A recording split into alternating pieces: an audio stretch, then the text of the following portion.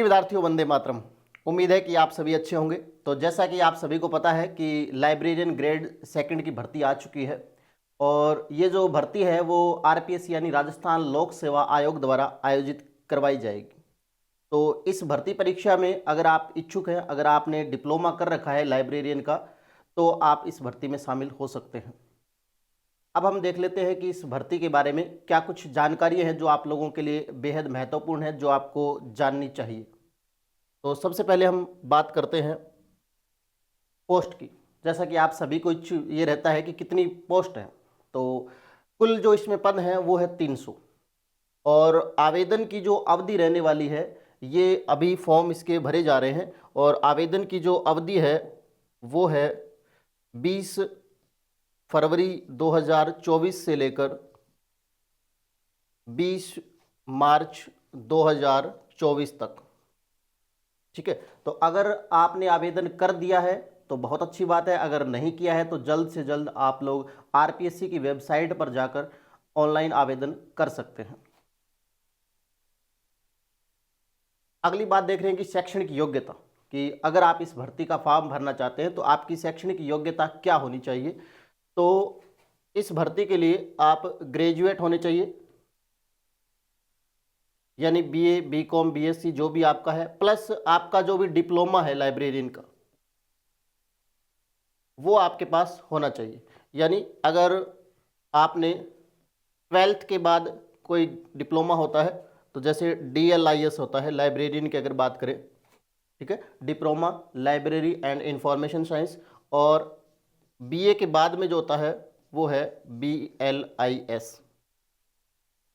तो ये इसकी शैक्षणिक योग्यता रहने वाली है, यानी सेकंड ग्रेड की भर्ती है तो आप बीए और BLIS। उसके बाद में है आयु सीमा, कि एज क्या रहने वाली है इसके लिए। तो वैसे सभी भर्तियों के लिए जो एज ग्रुप रहता है वो है 18 से लेकर 40 वर्ष, यानी न्यूनतम आयु है वो 18 वर्ष और अधिकतम जो आयु है वो 40 वर्ष होनी चाहिए। इसके अलावा कुछ विशेष इसमें प्रावधान है कि जैसे अगर आप SC, ST, OBC या MBC या आप EWS से आते हैं, तो इसके लिए प्रावधान ये है कि आपको 5 वर्ष की आयु में छूट है, यानी जिनकी आयु 40 से ज़्यादा हो चुकी है 45 तक वो दे सकते हैं, है ना। 40 में अगर 5 ऐड करेंगे तो 45 तक। और अगर आप इस कैटेगरी के महिला में तो आपको 10 वर्ष की छूट है, यानी 50 वर्ष की उम्र तक आप फॉर्म भर सकते हैं। और अगर आप जनरल महिला हैं तो भी आपको 5 वर्ष की छूट है उम्र में। तो ये है उम्र को लेकर क्या प्रावधान है। तो वैसे तो 18 से 40 तक है, इसके अलावा इन कैटेगरीज के लिए उम्र का जो है रिलैक्सेशन दिया गया है। इसके बाद महत्वपूर्ण मुद्दे की बात करते हैं, वो है कि स्कीम क्या है, एग्जाम का सिलेबस पैटर्न क्या रहेगा, या कितने पेपर होंगे और किस प्रकार से होंगे। तो इस पे जो भर्ती है उसमें कुल मिलाकर के 2 पेपर होने वाले हैं। 2 पेपर में पेपर पहला और पेपर दूसरा, यानी पेपर फर्स्ट और सेकंड। पेपर जो फर्स्ट है वो सवालों की अगर बात करें तो उसमें सवाल रहेंगे 100, और पेपर दूसरे में भी सवाल कितने रहने वाले हैं 100, यानी दोनों ही पेपरों में सवालों की संख्या बराबर बराबर है, 100 रहने वाली है।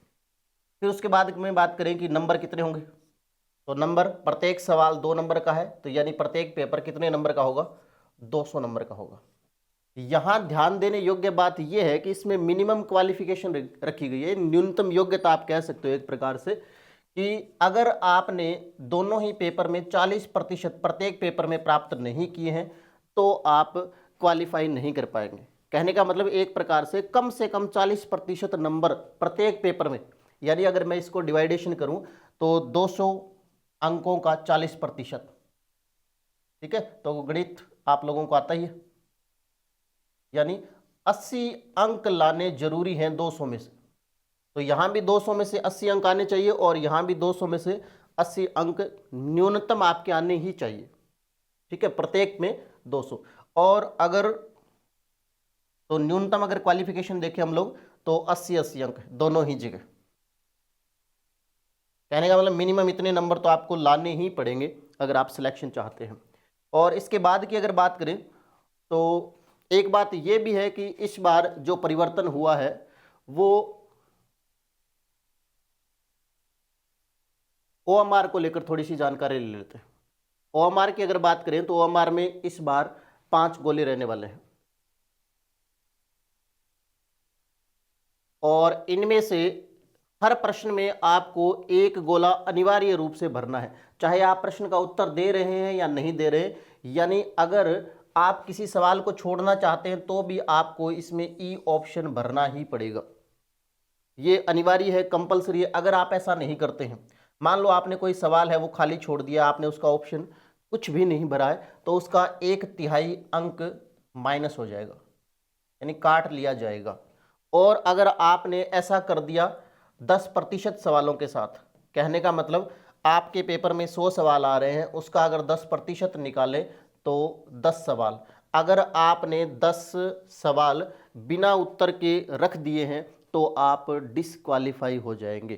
कहने का मतलब आपकी ओएमआर चेक ही नहीं होगी, एक तरीके से आप इस भर्ती के लिए योग्य नहीं होंगे फिर।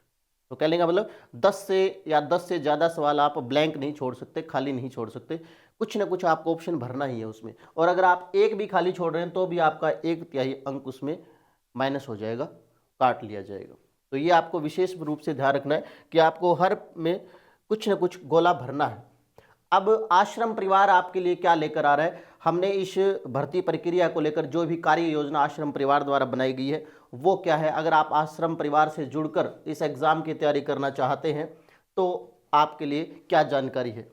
तो पहली बात तो ये है कि हम लोग ऑफलाइन या ऑनलाइन किसी भी मोड में क्लासेज नहीं लेकर आ रहे हैं। फिलहाल के लिए हम लोग टेस्ट सीरीज का आयोजन कर रहे हैं, ठीक है। तो अभी हम टेस्ट सीरीज पर बात कर लेते हैं। ये जो टेस्ट सीरीज है वो प्रारंभ हो रही है 7 मार्च से। तो होली से बिल्कुल पहले हम लोग लेकर आ रहे हैं आप लोगों के लिए लाइब्रेरियन की जो टेस्ट सीरीज है वो। ये टेस्ट सीरीज है वो दोनों ही माध्यम में उपलब्ध है।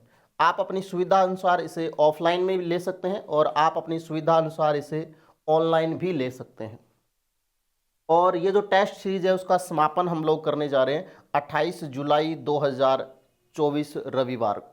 तो शुरुआत हो रही है 7 मार्च से और संपन्न हम लोग करेंगे इसको 28 जुलाई 2024 रविवार को।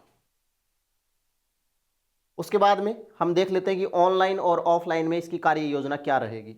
तो ऑनलाइन में जो भी शेड्यूल है आपको वो भाटिया आश्रम ऐप के शेड्यूल कॉलम में उपलब्ध रहेगा। और ऑनलाइन जो टेस्ट सीरीज होंगे उसके जो छोटे शेड्यूल पेपर हैं वो आश्रम के ऐप पर ऑनलाइन ही उपलब्ध होंगे और बड़े जो शेड्यूल पेपर हैं वो भी आश्रम के ऐप पर ऑनलाइन उपलब्ध रहेंगे।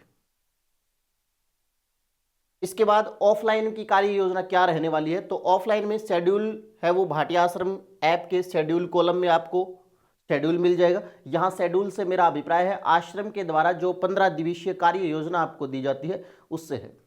फिर अगर आपने ऑफलाइन एडमिशन लिया तो ऑफलाइन टेस्ट सीरीज के जो छोटे शेड्यूल पेपर हैं वो भी आश्रम के ऐप पर उपलब्ध रहेंगे।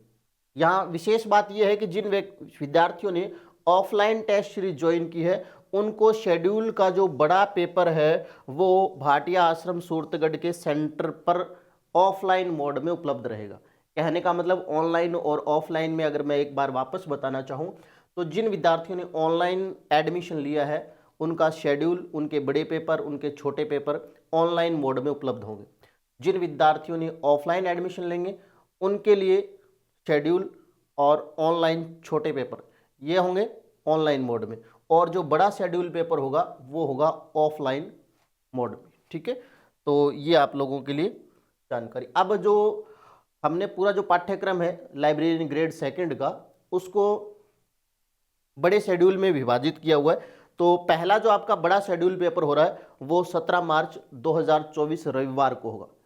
हालांकि बैच शुरू हो रहा है 7 मार्च 2024 से और पहला बड़ा पेपर होगा वो होगा 17 मार्च 2024 को। उसके बाद क्रम से दूसरा बड़ा पेपर 31 मार्च को, तीसरा बड़ा पेपर हो रहा है 14 अप्रैल को, चौथा बड़ा पेपर है 28 अप्रैल को, पांचवा बड़ा पेपर हो रहा है 12 मई को और उसके बाद जो छठा बड़ा पेपर है वो है 26 मई, फिर 9 जून, 23 जून, 7 जुलाई और 21 जुलाई। इस प्रकार से 10 बड़े शेड्यूल पेपर के माध्यम से आपका संपूर्ण पाठ्यक्रम आपको करवाया जाएगा। और जैसे ही आपका संपूर्ण पाठ्यक्रम हो जाएगा उसके बाद में संपूर्ण पाठ्यक्रम के 2 बड़े पेपर हैं। ठीक है, तो पहला जो बड़ा पेपर है वो है 25 जुलाई को और उसके बाद में है वो है 28 जुलाई को। इसमें संपूर्ण पाठ्यक्रम आएगा और उसके बाद विशेष क्या है कि पहले और दूसरे बड़े पेपर ये दोनों अलग अलग होंगे, यानी मैंने बताया पेपर 2 होंगे, फर्स्ट पेपर और सेकंड पेपर। कुल छोटे शेड्यूल पेपर हैं वो कितने हो जाएंगे 50 और कुल बड़े शेड्यूल पेपर कितने हो जाएंगे 20, जिनमें से फर्स्ट पेपर के 10 और सेकंड पेपर के भी 10 और संपूर्ण पाठ्यक्रम के कुल बड़े पेपर होंगे 4, यानी इनमें प्रथम पेपर के भी 2 और सेकंड के भी 2। तो ये आश्रम परिवार के द्वारा जो टेस्ट सीरीज शुरू की जा रही है उसके बारे में जानकारी थी। तो हमने लाइब्रेरियन भर्ती परीक्षा के बारे में जानकारी ली और आश्रम परिवार इसके लिए क्या लेकर आ रहा है उसके बारे में जानकारी ली। अब आप अगर आश्रम परिवार से जुड़कर इस भर्ती की तैयारी करना चाहते हैं तो आश्रम में प्रवेश कैसे ले इसकी जानकारी देने के लिए आपके समक्ष आ रहे हैं आश्रम प्रबंधक श्री शार्दुल जी कौशिक। प्रिय विद्यार्थियों, वंदे मातरम। मैं शार्दुल कौशिक स्वागत करता हूं आपका भाटिया आश्रम सूरतगढ़ में। विद्यार्थियों, मेरे इस वीडियो का उद्देश्य है आश्रम में प्रवेश प्रक्रिया को बताना। यहां एक चीज क्लियर कर देता हूं, आश्रम के अंदर ऑनलाइन और ऑफलाइन दोनों ही प्रकार के बैचेस उपलब्ध हैं और प्रवेश की प्रक्रिया बिल्कुल समान है। सबसे पहले गूगल प्ले स्टोर पर जाएंगे, भाटिया आश्रम का ऐप डाउनलोड करेंगे। ऐप डाउनलोड करने के बाद अपना नाम, email ID, mobile number, password, इसी पासवर्ड की पुनरावृत्ति अर्थात कंफर्म पासवर्ड और I agree with the privacy policy पर क्लिक करेंगे। क्रिएट अकाउंट पर जाएंगे, आपका अकाउंट क्रिएट हो जाएगा। इसके बाद आपके आगे ऐप का यह पृष्ठ खुलेगा। यहां हमें हमारे कोर्स को परचेज करना है। इसी पृष्ठ पर आपको कोर्स लिखा हुआ दिखेगा, कोर्स पर क्लिक करें। आपका वांछित कोर्स, जिस कोर्स को आपने खरीदना है वह इस कोर्स सूची में आपको दिखाई दे जाएगा। ऑनलाइन पेमेंट के माध्यम से, ध्यान दीजिएगा, ऑनलाइन पेमेंट के माध्यम से आप ऑफलाइन और ऑनलाइन अपना वांछित कोर्स परचेज कर सकते हैं। फिर है कार्यप्रणाली। विद्यार्थियों, आश्रम की कार्यप्रणाली बड़ी ही सुगम और सरल है। विद्यार्थियों की मनोस्थिति को ध्यान में रखकर तैयार की गई है, अर्थात प्रवेश लेने के तुरंत बाद आपके ऐप पर एक 14 दिवसीय शेड्यूल उपलब्ध रहता है। विद्यार्थियों के मन में उत्कंठा होगी, शेड्यूल क्या चीज है? शेड्यूल आश्रम की एक कार्य योजना है जिसमें विद्यार्थी को यह बताया जाता है कि आगामी दिवस में विद्यार्थी को किन पाठ्य पुस्तकों से किन किन बिंदुओं को पढ़ना होगा। उस शेड्यूल से आपका प्रत्येक 6 दिन में एक छोटा पेपर और हर 14 दिन में एक बड़ा पेपर होता है। यह स्थायी व्यवस्था है, इसमें परिवर्तन किया जाता है परीक्षा की तिथि को देखकर, अर्थात शेड्यूल की जो व्यवस्था 14 दिवसीय है इसमें परिवर्तन संभव है।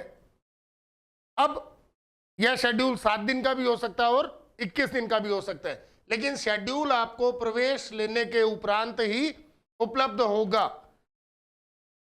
अब शेड्यूल हमने देखा, पढ़ा, सभी बिंदुओं का गहन अध्ययन किया। अब बारी आएगी पेपर की, अर्थात पेपर किस प्रकार से देना है। ऐप के इसी मुख्य पृष्ठ पर टेक टेस्ट के नाम से एक कॉलम आपको दिखाई देगा। पेपर का समय आपको टेलीग्राम चैनल पर एक दिन पहले उपलब्ध करवा दिया जाता है, बता दिया जाता है। आप इस निर्धारित समय पर टेक टेस्ट पे जाके क्लिक करें।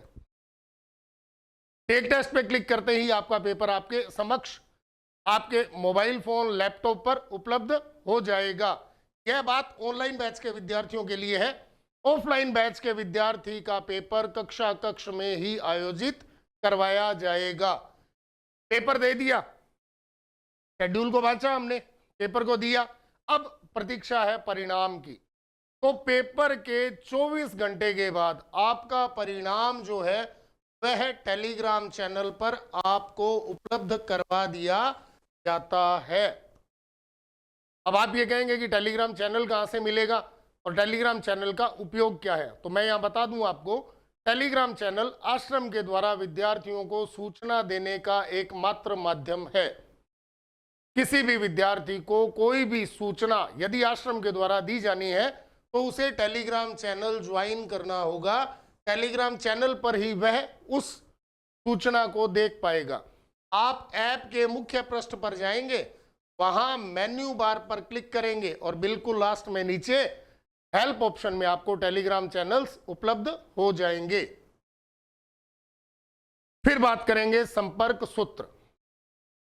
संपर्क किसी भी विद्यार्थी को किसी भी बैच से संबंधित कोई भी जानकारी यदि आश्रम से वांछित है तो वह डिस्प्ले बोर्ड पर दिए गए नंबर 01509 222 300, 75970 20996, 75970 20994, 74268 37287 पर कार्यालय समय प्रातः 9 बजे से सायं 7 बजे तक फोन कर सकता है। उसके अलावा विद्यार्थी अपनी रजिस्टर्ड ईमेल आईडी और रजिस्टर्ड मोबाइल नंबर अपने द्वारा चाही गई जानकारी के साथ 9772990004 पर व्हाट्सएप भी कर सकता है। धन्यवाद। जय हिंद, जय भारत।